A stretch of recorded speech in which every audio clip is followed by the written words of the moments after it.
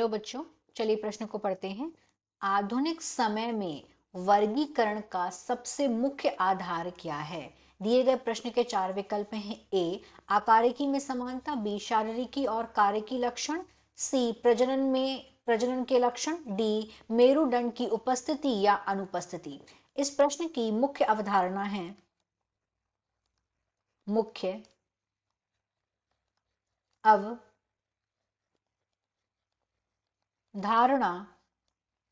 है वर्गीकरण विज्ञान का विकास। वर्गीकरण, यदि हम बात करें कि वर्गीकरण की क्या आवश्यकता हुई, तो वर्गीकरण से जो समस्त संसार में जितने भी जीव हैं उनके अध्ययन करने में बहुत आसानी हो गई। इसीलिए विभिन्न जीवों का वर्गीकरण करना अनिवार्य था। और यहाँ पे अगर हम बात करें कि जो अरस्तु हैं, अरस्तु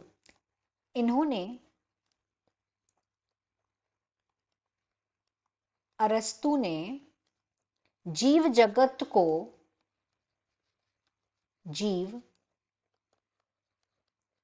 जगत को दो समूहों में बांटा। इन्होंने जीव जगत को दो समूहों में बांटने का कार्य किया।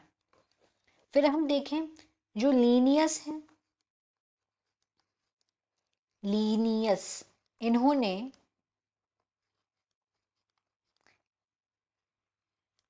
इन्हें आधुनिक वर्गीकरण प्रणाली का पिता कहा जाता है। इन्हें आधुनिक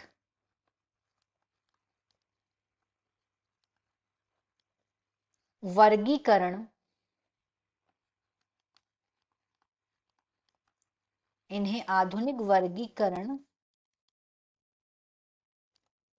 प्रणाली का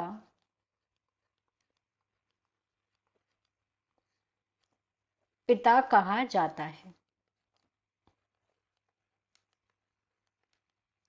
और अगर हम बात करें कि जो आधुनिक वर्गीकरण प्रणाली थी, ये किस पे आधारित थी, इसका मुख्य आधार क्या था, तो इसका मुख्य आधार था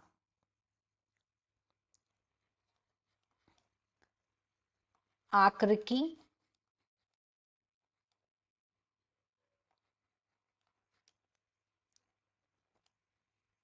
व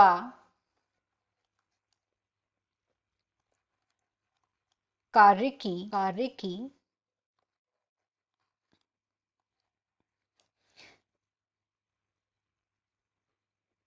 लक्षण तथा विकासात्मक तथ्यों के आधार पर यह वर्गीकरण किया गया था।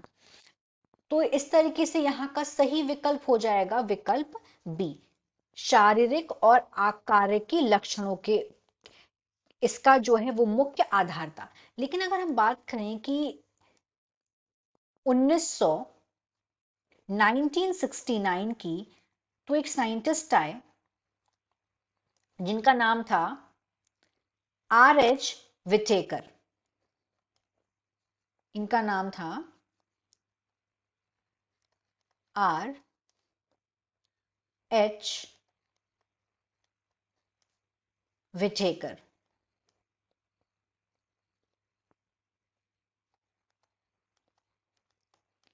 इन्होंने जीव जगत को 5 समूहों में बांटा और इनका जो मुख्य आधार था वो यह नहीं था जो कि आधुनिक समय में वर्गीकरण का आधार था। इन्होंने किसके आधार पर करा? कोशिका संरचना की जटिलता, शरीर संगठन, थैलस संगठन, पोषण का तरीका, प्रजनन, वंशावली, इनके ये आधार थे और इन्होंने 5 समूह में वर्गीकृत किया था। तो दिए गए प्रश्न का सही विकल्प है बी, शारीरिकी और कार्यकी लक्षण। आशा करते हैं आपको यह प्रश्न समझ आया होगा। धन्यवाद।